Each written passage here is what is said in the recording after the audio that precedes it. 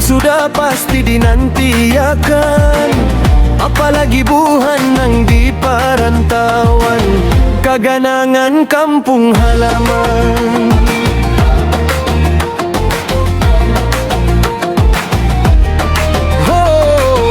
Di sana kamarian banyak pasar Ramadan, bin keamparan tatat dijajakan, banyak jua di pinggir jalan nang bajualan, manu pacangan gasan babukaan.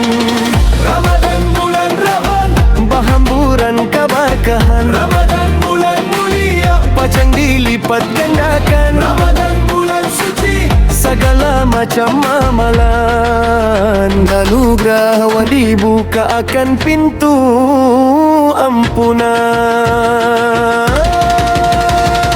Mari kalanggar masjid tarawihan,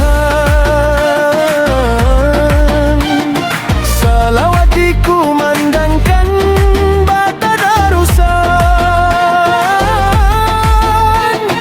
subuhnya bangun ingati basahuran,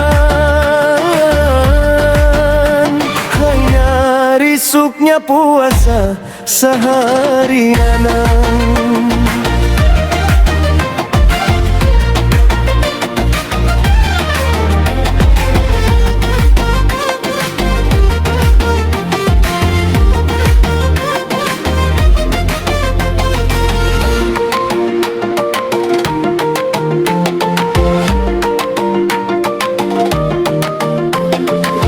Di sana di Banu Amun malam salikuran, tradisi masyarakat Batang Lungan, baarakan hiasan majalan bamuturan, bahadrah batar bang baku lilingan. Ramadan bulan Rahman, bahamburan keberkahan. Ramadan bulan mulia, pacang dilipat gandakan. Ramadan bulan suci, segala macam amalan, anugerah dibuka akan pintu ampunan.